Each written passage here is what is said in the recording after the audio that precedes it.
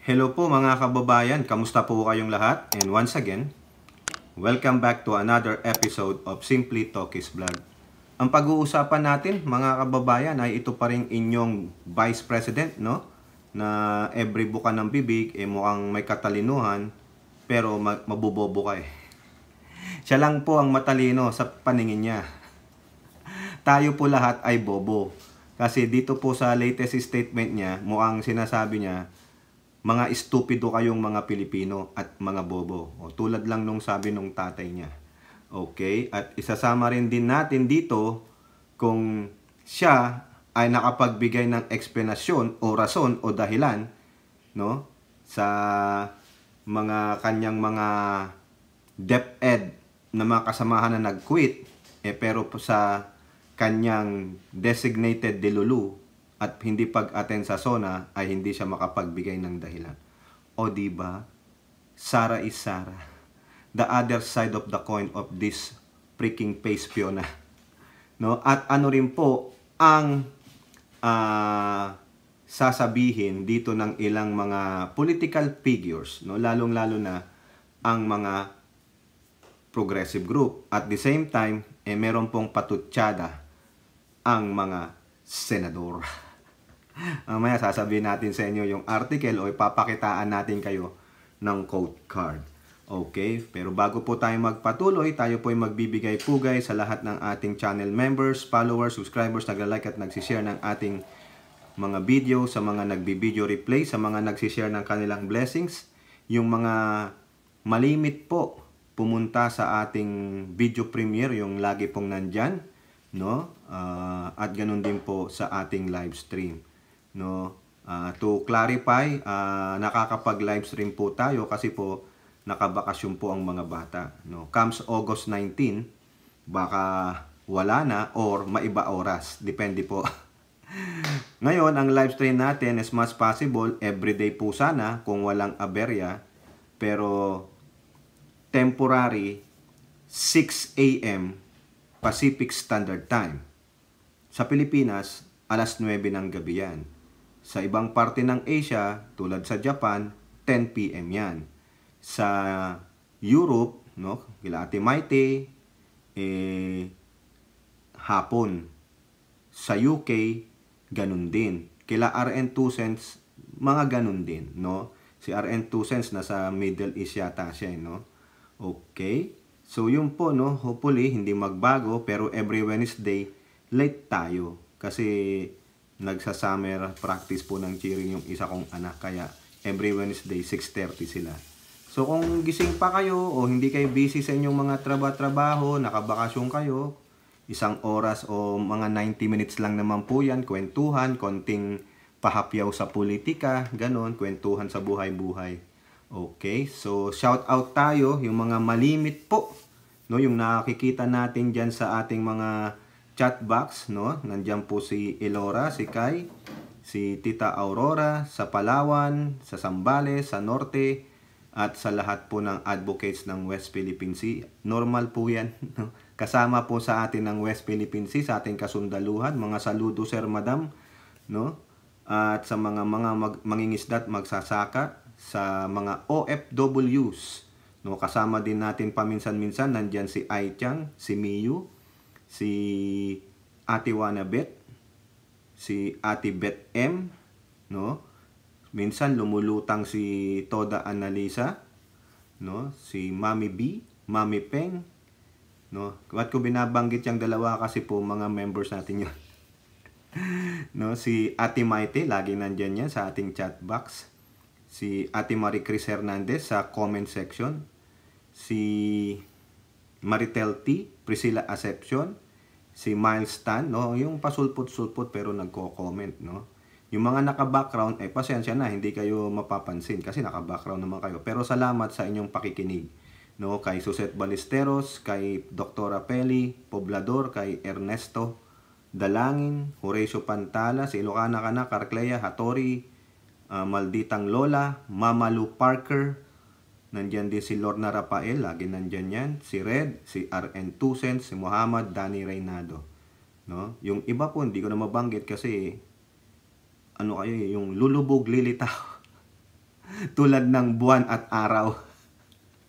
Lulubog, lilitaw, ang buwan at araw. Pero ang pag-ibig niya'y wala pa rin.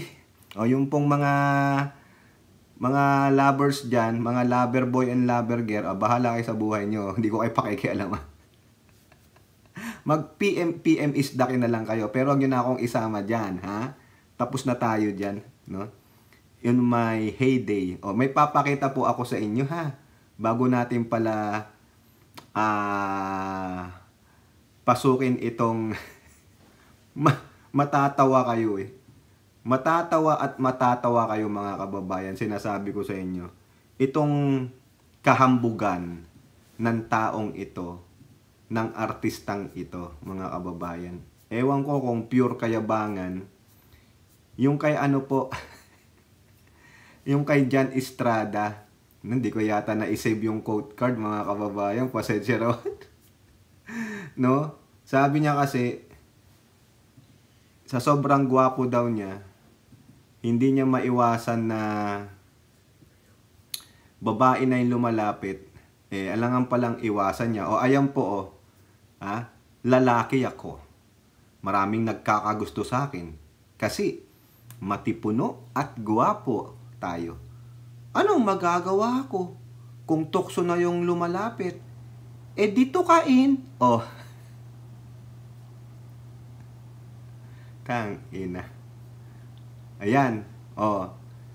Kung gagawin nyo siyang example, kayong mga kalalakihan ha, ayan ang gawin yung panuntunan sa buhay, ganyang prinsipyo. No? Ikaw ay kasal. No? Yan. Sige, gayahin nyo. Ganyan po. Isang halimbawa. Isang halimbawa ng isang kupal na lalaki. Matipuno daw siya at gwapo. Nilalapitan na siya ng tukso. Dito kain niya. Di ba? Anong klaseng lalaki ka? Ayun.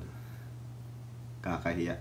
Kayo po, anong masasabi niyo? Pinakita ko lang sa inyo ha, para at least kayo dyan, no? Sana hindi kayo makakuha ng ganyang mga kupal na karelasyon, no? O kaya magiging asawa, no? Kaya nga, nasaan na yung for better or for worse? Nasaan na yung time na darating ka na you are so tired of those things? Nakakasawa din yan. No? Di ko alam kung nagbibiro siya doon pero biruin mo ba naman, magsabi ka ng ganyan. Di naman siya nagjo-joke tulad nito. O di ba? Ano bang sabi nito? O ang sabi niya, i-remind lang natin yung sarili natin, babalikan natin. Ha? Ito sa impact leadership, ha? Ito. Yung mga sinabi nitong si designated Dululu. O, 'di ba sabi niya, hindi siya mag-a-attend ng SONA. Ha? I am appointing myself as designated survivor. O, binira-bira natin siya diyan. Okay? Ngayon, nagsalita ulit siya. Nagsabi na ako ng rason. Akala nila joke or bomb threat. Hindi na ako magpaliwanag. O, ayun. Nagsabi siya ng rason ha. Yung dito, tinalakay natin yang kagabi sa premiere. Kasi, itong sinasabi niyang follow-up statement niya, kasi doon sa sabi niya na hindi siya a-attend sa SONA. Okay? Anong sinabi niyang rason or dahilan? Or alibi? Wala. So, akala namin joke? Joke yun na hindi ka a-attend ng SONA. Joke yun na ikaw ang designated survivor? Or, is it a bomb threat na ikaw ang designated survivor? O, ayan. Hindi na daw siya magpaliwanag. Okay? Kasi, kaya hindi niya kayang magpaliwanag, kasi unang-una, wala naman siyang binigay na rason. Ang binigay mo ay statement. A statement is different from reasoning. Ang statement, hindi nag-uumpisa sa yung word na because. Di ba ganun sa English? Kasi, bakit ka pupunta doon? Kasi inimbitahan po ako. Bakit ka pupunta sa bahay nila? Kasi po may party. Yun ang dahilan. sa kanya. 'Di ba? Nagigets niyo yung punto ko? Dito pa lang sa sinabi niyang yan, yung pangalawang quote card niya ha, yung hindi na ako magpaliwanag. Kabobohan eh. Ginagawa niyang tanga ang mga tao. Pinaglalaruan niya. Biruin mo yung para siyang yung psychopath, no? Na ganito ang gagawin ko sa iyo. Ganito ang gagawin ko sa iyo. Ikaw wan ganito. Ikaw wan na ganito. Ganyan siya, savage. Ganun. 'Di ba? Now, mga kababayan, meron siyang sinabi diyan. Ito po sa ulat ng Inquirer.net. Pero bago natin puntahan yung palang Inquirer.net, ito ang titignan natin na quote card. Dito po sa Global Daily Mirror. Kasi may nakita po tayo eh. Sabi dito, hindi joke yun. Hindi yun joke. Hindi rin yun bomb threat. I think many missed the point. Para sa akin, kung hindi mo naintindihan the first time, I don't think you deserve an explanation. Okay. Kayo nga, ibalik natin doon sa first quote card. Okay? Sabi niya, no, I will not attend the SONA. I am designating myself as designated survivor. Ano doon ang hindi malinaw sa amin? Ano dyan ang hindi malinaw? Hindi siya aatin ng SONA, appointing herself as designated survivor. So, hindi joke yun. Hindi rin yung bomb threat.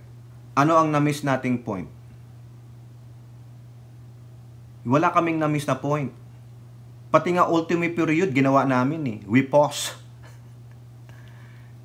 If we miss the point, it's because you cannot even explain the point. Kuha nyo, Elora? Nakuha mo? Ano yung point? Hindi siya atin ng SONA. Masama bang tanungin ka? What is the reason behind you're not attending SONA? Yung you are appointing yourself, why you are appointing yourself? Hindi naman ikaw ang may karapatan para mag-appoint ng sarili mo bilang isang designated survivor. It is the president itself. Feeling mo, presidente ka? Ganon! Diba?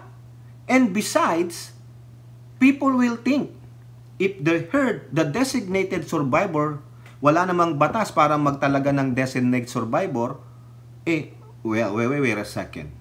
Is there something brewing? Diba? Ganon eh. So what did we miss?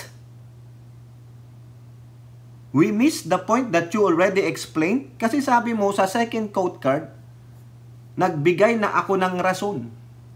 Ano yung rason? Why you're not attending? Did we miss the point of your reasoning? Wala ka namang sinabing because. Diba? It always starts with because you are being questioned. Ano ba ang sagot sa why? Di because. Diba? Why did you go there? Because. Why did you do this to me? Because. Diba? O kayo dyan. Nakukuha nyo? Pinaiikot lang nito tayo eh. Feeling niya, tulad niya tayong syunga-syunga. Feeling niya, siya lang ang matalino. Pero sa totoo lang, ito yung sinasabi ko sa inyong matalinong bobo. Sa sobrang katalinuhan, hindi niya kayang i-explain yung pinagsasabi niya.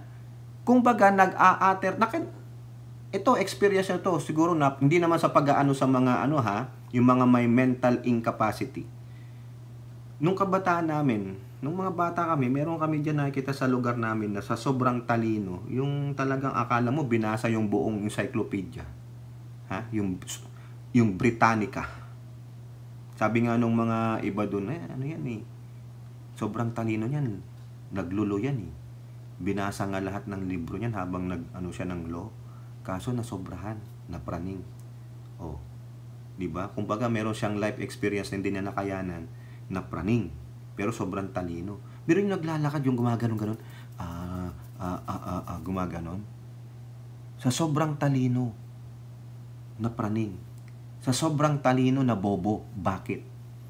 Yung mga professors ninyo na sobrang talino, no, ang talino talaga, pero hindi kayang i-explain mabuti in details yung tinuturo.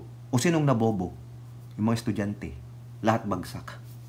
Kaya nga matalinong bobo yung sinasabi ko sa inyo. Dito, kay Tamilmil, kay Syungang Bukeke, what did we miss? Wala kang ang binigay na rason. Para daw sa kanya, kung hindi mo maintindihan the first time, I don't think you deserve the explanation. Really? So, ibalik din natin sa kanya. So, ganun ka pala katalino. Ibig sabihin, the first time na ipinamahagi sa'yo, ipananukala sa'yo, maski na hindi mo naintindihan, o nag-gets mo kaagad, ang galing talaga. Matalino, mga kababayan. Kasi para sa kanya, kung hindi mo maintindihan the first time, I don't think you deserve an explanation. Kailangan first time pa lang naintindihan mo na. Kaya naman pala mga kababayan, kaya palpak sa DepEd. Kasi, paano po yung mga kabataan, yung mga mag-aaral natin na slow learners? Di ba sinasabi natin, ang slow mo naman? Ganito pala ang panuntunan niya . Kaya pala hindi nararapat sa DepEd talaga kasi wala siyang feeling of empathy. Hindi niya maintindihan yung nararamdaman ng mga mag-aaral at mga guro. Sa isang klase, sa isang grado o isang section, halimbawa, gano'n, tinutukoy natin. Hindi po lahat ng kabataan yan na mag-aaral ay past learners.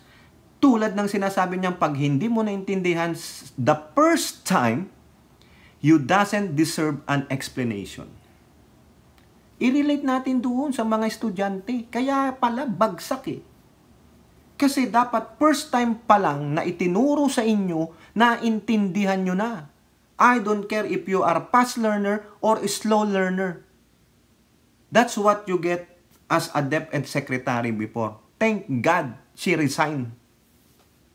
Because of this mental attitude, because of her narcissistic attitude, because of feeling matalinong attitude, bright na bright. Diba? Kaya pala sabi niya, yung mga bright dyan, yung pala yan. Kailangan first time pa lang na sinabi niya na intindihan mo na. Pero ano ang sinabi mo? Huwag mo kaming gawing tanga. Kung napaikot mo yung mga estudyante at mga bata na walang mga estudyante, mga guro, at yung iba sa mga DepEd, huwag kami. Hindi kami katulad nilang we will just bow down to your what? Yung bidding mo? Hindi. Biruin mo to. Kung hindi mo naintindihan for the first time, you don't deserve an explanation. Kaya nga sabi ko sa inyo, i-relate nyo sa mga estudyante. Some of them are slow learners. Diba? Hindi kasi educator ang gaga na ito. Even though yung mga anak niya, i-relate niya sa anak niya, ha? Ito lang. Ibig pala sabihin, yung mga anak niya, bright. Sa isang sabi mo lang, alam na nila. Yung tinuturo mo, alam na kaagad nila makuha. Diba? Kung baga, ini-equate niya yung sarili niya, yung kakayahan niya. Dapat ako matalino ka din. Dapat ako fast learner ka din. Diba, Elora? Ganon. O tingnan mo si Kai. Educator yan ng diving. Diba? Ikaw ba, Kai? Yung tinuturuan mo, the first time, natuto na kaagad. Diba? Depende sa estudyante. Diba? Yan. Ayan ang hindi educator because she doesn't know the feeling. She doesn't have any experience about education. Baka ginagawa niya rin yan sa mga anak niya. Tanong lang po hindi ko ini-involve dito yung mga bata. Ine-example lang natin. Diba? I pity her. Nakakaawa ito. Banas na siya. Biruin mo yung sinabi niyan, kung hindi mo maintindihan for the first time, Maritel, ikaw ba, pag sinabi ko the first time, naintindihan mo kaagad? Di ba dapat, I'm sorry, say that again? Di ba ganun tayo? Ako, pag hindi ko naintindihan yung sinabi mo, probably I'm not paying attention or my mind is in the la-la-la-land. Di ba, Red? If I am not paying attention to what you're saying and then what you're saying is really important and then I'm gonna say, I'm sorry, say that again. I'm sorry, can you repeat that? Hindi ko naintindihan eh. Di ba? Pero sa kanya, dapat pag sinabi niya for the first time, you don't deserve an explanation. Eh paano pag yung sinabi mo for the first time is very vague? Di ba? Ano ba Tagalog ng vague? Yung kulang sa konteksto. Kulang ng yung main content, yung details, wala pa, hindi pa mag-grasp nung kausap mo o nung pinagsasabihan mo. Parang pumunta ka sa isang gathering, naging speaker ka. They want you to elaborate things, pero you don't want to because you said, hey, sinabi ko na for the first time. If you don't understand it, you don't deserve an explanation. Di ba? Paano pag yung sinabi mo the first time hindi nila maintindihan? So wala ka ng alternative for them to really understand o para i-explain mo ng maigi sa kanila? So we don't deserve an explanation for the first time na hindi natin maintindihan yung sinasabi niya, bakit nagsabing siya ang designated survivor aside na alam niya namang siya ang BP? Why did you say that? At pangalawa, bakit hindi ka mag-attend ng SONA? Those are the questions. Answerable by only because. Why? Because. Di ba? Hindi. Pinaiikot niya tayo ng kanyang mga matalinghagang pananalita. Kung hindi mo naintindihan for the first time, you don't deserve an explanation because you already missed the point. And where is the point? Is the point inside? Oh, di ba, Ilora? Hindi ko makita yung point kasi kaliiti. That's why I miss it. Can you care to elaborate it again? Hindi, ayoko. Kasi bubo ka. Ganun po tayo kumbaga, short of saying, you are stupid, you are imbecile, or you are an idiot. Hindi kita kaklas, hindi kita kalibel. Ganun po ito. Kaya nga tama tayo, sinasabi nating she is so entitled. No? Spoiled brat itong hinayupak na ito. Di ba? Para daw sa kanya. Kaya pala, walang kinasapitan ang Department of Education kasi pag sinabi niya the first time, hindi mo naintindihan, so be it. Kaya pala doon sa mga hearing na tinatanong siya, mostly yung pinapakita ni Sir Benji Contreras na yung tinanong siya ng isang congressman doon sa hearing, sinabi niya, tatawanan pa siya, tatawa-tawa pa siya. So, ibig pala sabihin, hindi niya naintindihan for the first time, so hindi niya na-i-elaborate.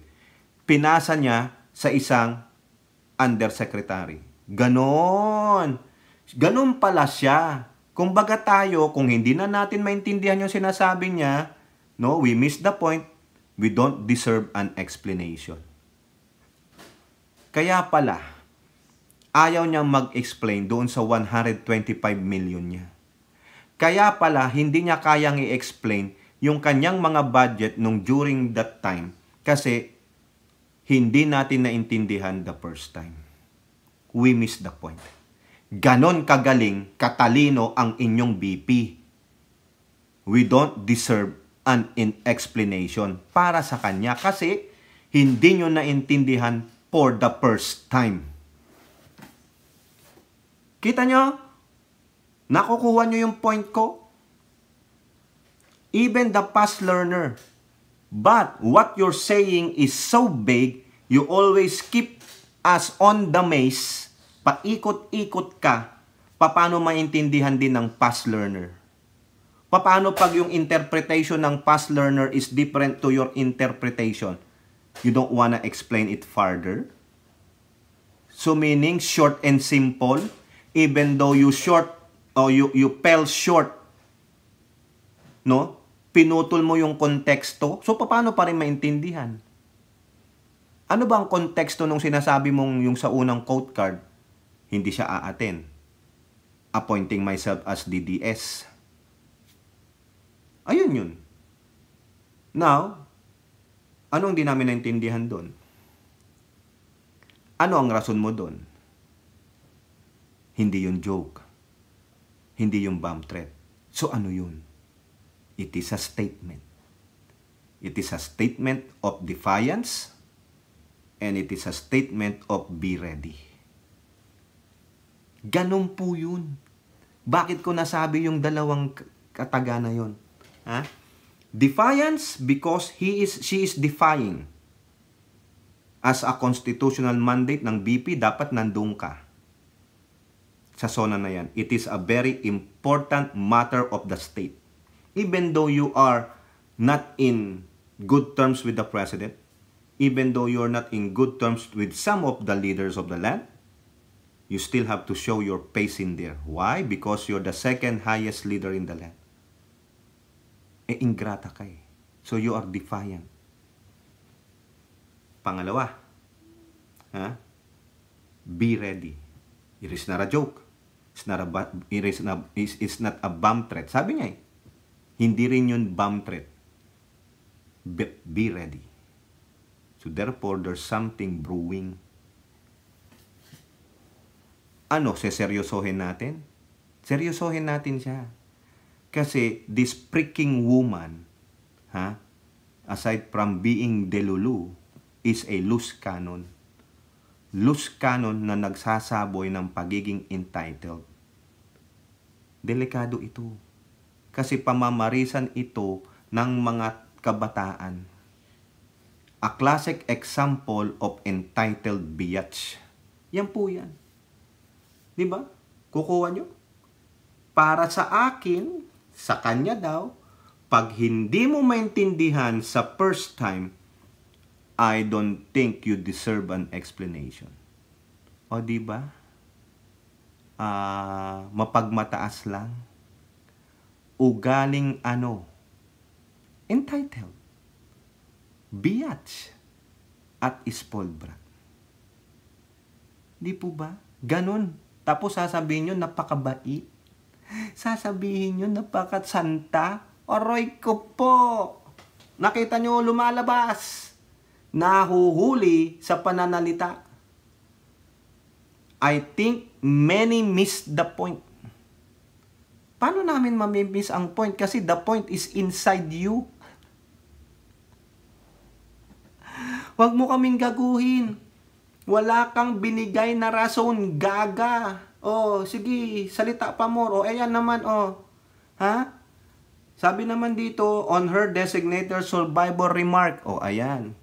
Ngayon lang ako nakakita ng Vice President na hinahanapan ng attendance sa lahat ng bagay. Hindi yung joke, hindi rin yung bomb threat. I think many may... Oh, yun na. Ha? Dinagdagan lang doon sa sila. Nagtataka siya. Ha? Nagtataka siya. No? Bakit daw hinahanap sa lahat ng attendance ang busy?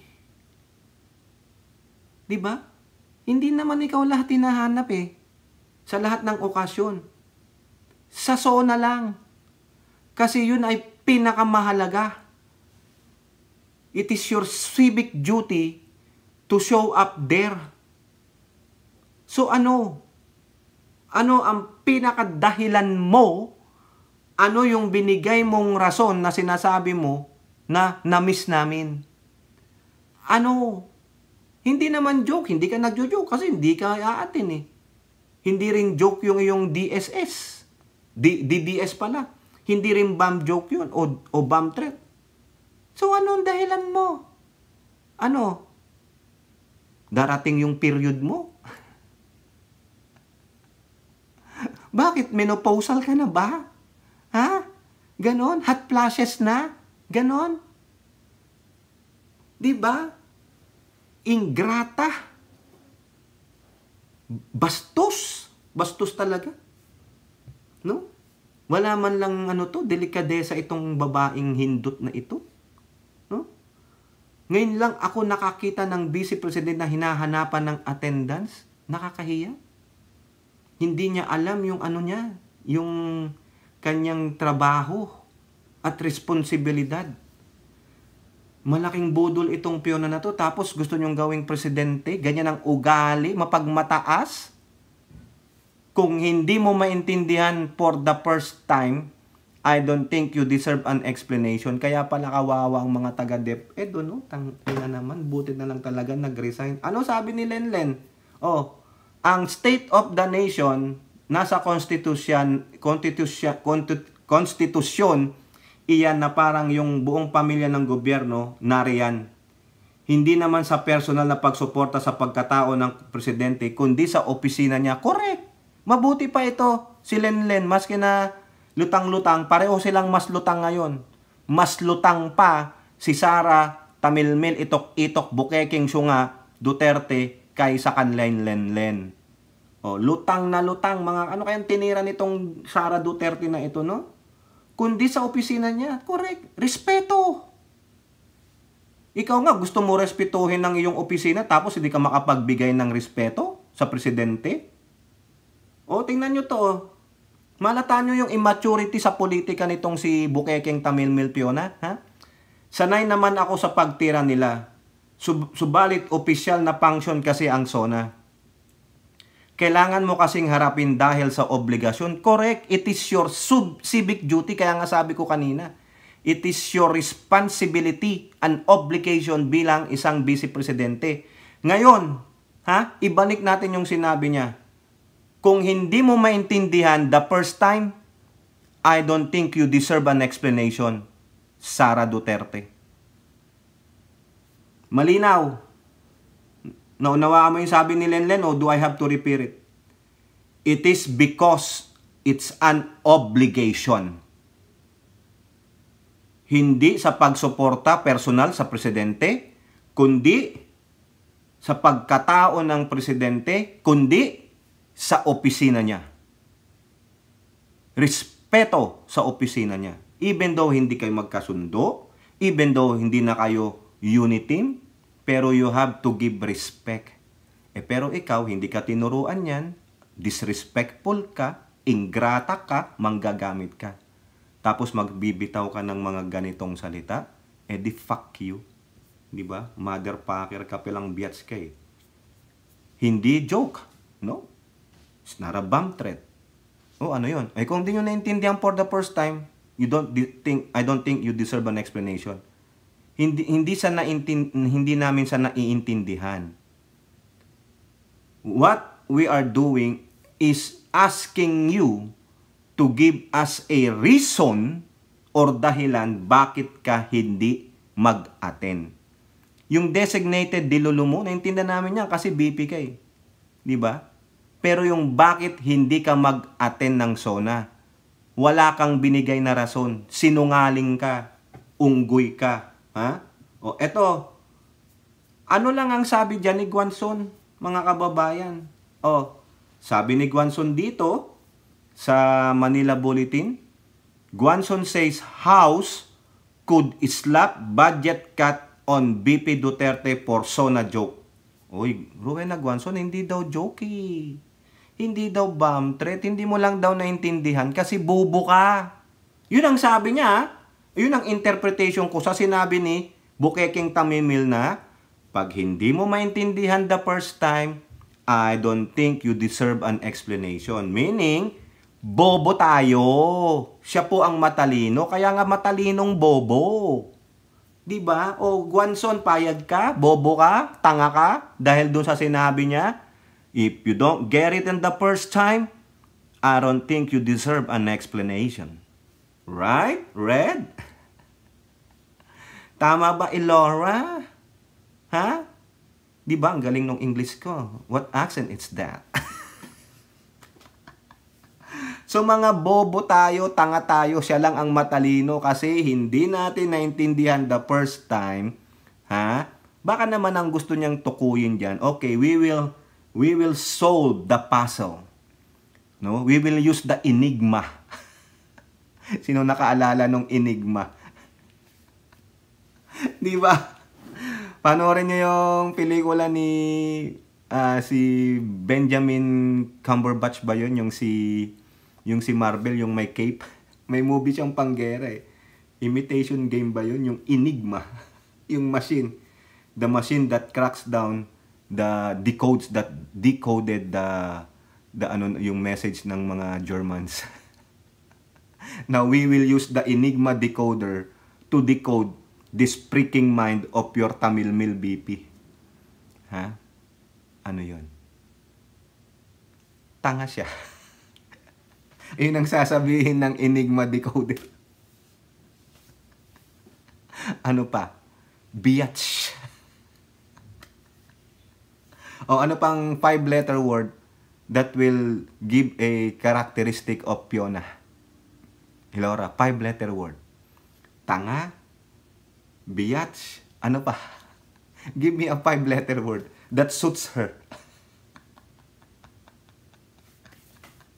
O ikaw, Red, wag mong sasabihing CUNT ha. 4-letter word lang yun. Wag mong dagdagan ng S. May ba naman yun? O, di ba? Yang si Red, Inglesero yan eh. Hindi yata Pilipino yan. O, ano sabi ni Guanzon? Eh, pareho. Itong si Guanzon eh. Sino bang mas malalang dilulu sa inyo? Ikaw o si Fiona? Explain absence in SONA. Si BP, ano yan? Explain absence in SONA si BP? Sarah? Ano siya? Estudyante? Oy, Elora, di ba? Naranasan mo ba yan? Elora, anong masasagot mo sa question? Wag mo na akong tanungin, ma'am. Hindi mo mag-get sa first time. You don't deserve an explanation. ay mga student, gamitin nyo yon. Ewan ko lang kung hindi ka batuhin ng chok ni madam. Siguro sabi ng teacher mo, Elora, what's your answer? Ganito po, ma'am. What? Sabi mo sa teacher mo, Elora, ma'am, you don't get it for the first time, therefore you don't get an explanation. Hindi ka kasi kaya batuhin ng eraser. O, di ba? Sabihin nyo yan, kayong mga sabihin mo yan kay Madam Elora mo. Pag sabi ni Elora ano to? Ma'am Elora, you don't get it for the first time? You don't deserve an explanation? O, di ba? That is a classic example na kung saan ikaw ay yung gagayahin. Mamaya yan may mga memes na. Siguro sabi ng anak niya, Ma'am, can I get this? Why? I already give you a reason. Di ba? Ganun lang eh. Eh tayo kasi, hindi ako ate ng SONA. Why? I already give you a reason. Some of you miss the point. If you don't get it on the first time, I don't think you deserve an explanation. O di? Sige, gayahin lang natin siya. Ganyan po ang pinapakitang halimbawa nitong BP ninyo. Na binibigyan niya po ng idea yung mga kabataan o tulad ko. Diba? Pwede ko nang magamit to. Ha? Mom, can I get some money? Why? Oh, I already gave you the reason. You missed the point. And you don't get it the first time? And I don't think you deserve an explanation. Siguro sasabihin sa'yo ng nanay mo, Huh? Really? Come here. I'm gonna slap your face. Di ba kayo dyan, Maritel? Sabihin sa'yo ng anak mo yan. Ano gagawin mo? Di ba mamumura mo anak mo? Sasabihin sa'yo ng nanay ko yan. Sa Pangasinesi, bauninam. Naaliwan siyak. Sabi nung sa Tagalog, PI ka na hindi ako ang nanay mo. Kasi di ba, PI, ina yung nasa dulo. Di parang minura niya yung sarili niya. Kaya nga sabi niya na hindi ako ang nanay mo. O, di ba? Ayan o. Sabi niya, ano siya, estudyante? What is she? The outspoken.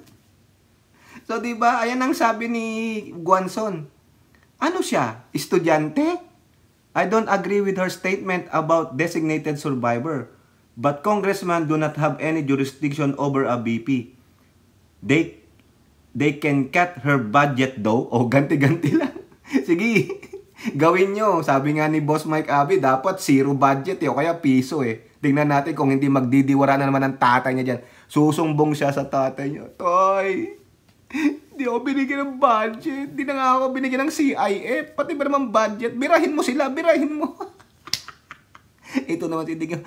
Kaman yung tuhod ko, yung tungkod ko, yung tungkod ko. O, eto pa. After ni Guanzon, Brosas to Sara Duterte. Explain Sona absence. O, ayan. Sabi niya, explain mo daw.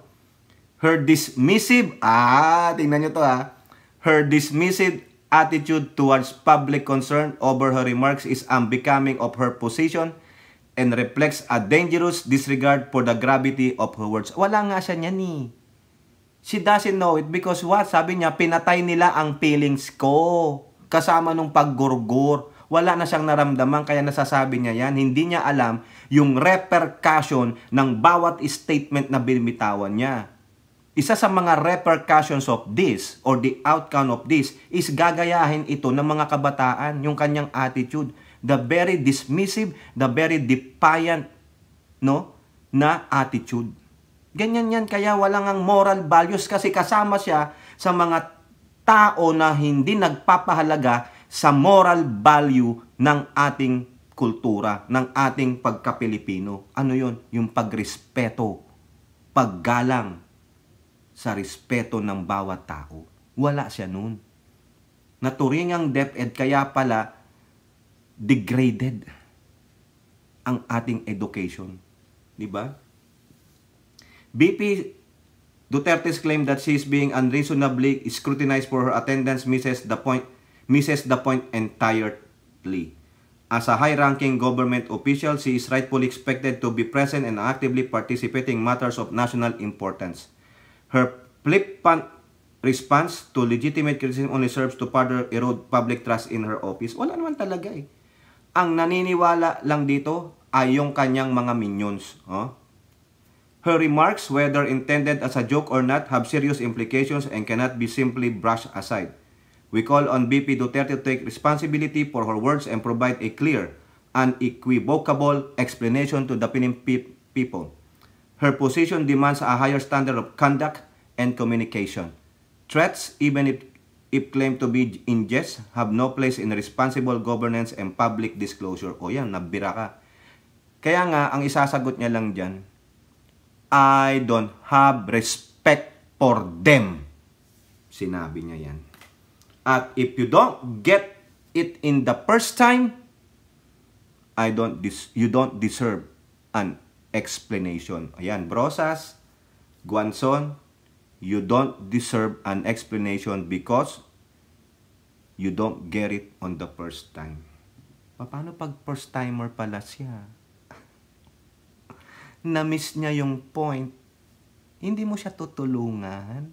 Kasi first timer. Ganon. So, kinakailangan pala sa kanya lagi ay eksperyensado. Magaling. Mag-dribble. Ganon. Ina, pinaikot tayo. Ha? Nakukuha niyo yung punto ko? Kinakailangan pagkausap nyo si Tamilmil, bukeking itok-itok na syunga, kailangan bright at matalino kayo. Kasi pag tanga-tanga kayo, you don't deserve an explanation. You freaking bitch. Diba? We don't deserve an explanation because I am Vice President. I am what I am. What? My father's daughter. A freaking biatch. A freaking entitled spoiled brat. Yan po yan. O ngayon, anong sabi ni Pimentel at nung minority? Dito tayo sa quote card ng impact leader ng Pilipinas Today, mga kababayan. O ayan Oposisyon, dadalo sa SONA, sabi ni Kiko. Nag-attend naman kami last SONA, so we will attend. Hindi kami natatakot sa designated survivor. So isa lang ibig sabihin nito. Kami, dadalo. Walang personalan because it's a civic duty for us. Hindi kami duwag. Pero si Delulu, duwag. At matakaw sa kapangyarihan. Ayun. Ngayon, idagdag natin ito, yung sinabi ng ilang mga mambabatas. Okay? Si Subiri, saka si Joel Villanueva. Anong sabi ni Subiri? If it's your time, it's your time. Okay? Ano masasabi ninyo, mga kababayan? Di ba? If it is your time, it's time. So be it. Pero kay Duterte, no. Bahala kayo dyan.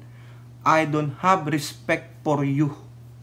Yan lang ang sasabihin niya kasi mga bobo kayo, hindi nyo mag-get ng first time, so you don't deserve my explanation. Kasi hindi niya kayang i-explain.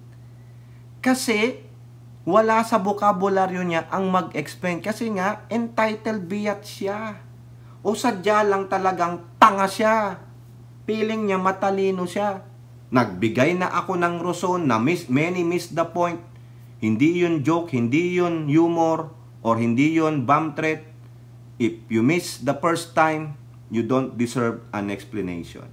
That's what your former DepEd secretary does. That's why ang education natin ay bagsak. Because of the attitude of your vice president. That is so egotistical. Maniac.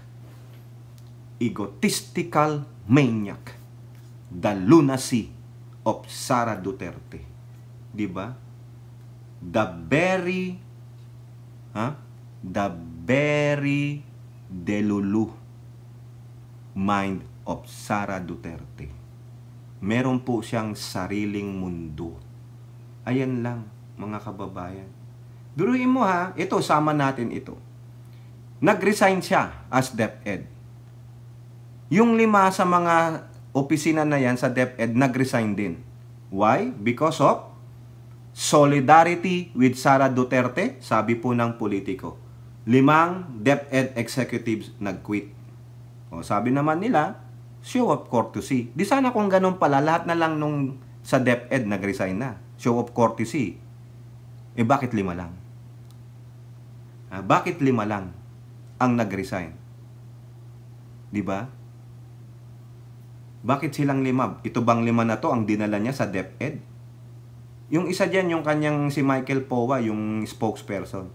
Courtesy, sa papalit na sige mag-resign kayo kasi appointee lang naman kayo dyan coterminus nag-resign. Pero sila lang bang 5? O ngayon, diyan, sa pagre-resign ng 5 niyang kasamahan, nag-explain siya. Meron siyang explanation. Pero yung pag hindi niya pag-attend sa SONA, hindi niya ma-explain, walang dahilan. At bakit niya sinabing siya ay appointing herself as DDS? Di ba? Dito, sabi ng Manila Bulletin, BP Duterte explain what happens to DepEd execs after resignation. Ano daw mangyari doon sa 5? May paliwanag siya. Pero siya, na sarili niyang gawa, hindi niya mapaliwanag. Di ba? Yun lang ang gusto kong ipunto sa inyo. Pag siya na, hindi siya makapagpaliwanag ng sarili niyang action. It reflects on her. Di ba? Wala talaga. Marites lang siya. Joker siya. Di ba? Yung sinasabi natin na delulumind niya, yan, nandun siya, meron siyang sariling mundo pag siya na. Hindi niya makuha yung gustong iparating sa kanya ng mga tao at ng mga ibang political leaders. Explain para malaman namin bakit di ka pupunta. It is your civic duty to be there. Even though na ayaw mo dun sa presidente, but you have to respect the office of the president.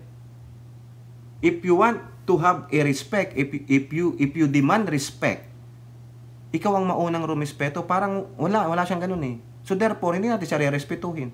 Because she doesn't deserve a respect. Because she doesn't show respect.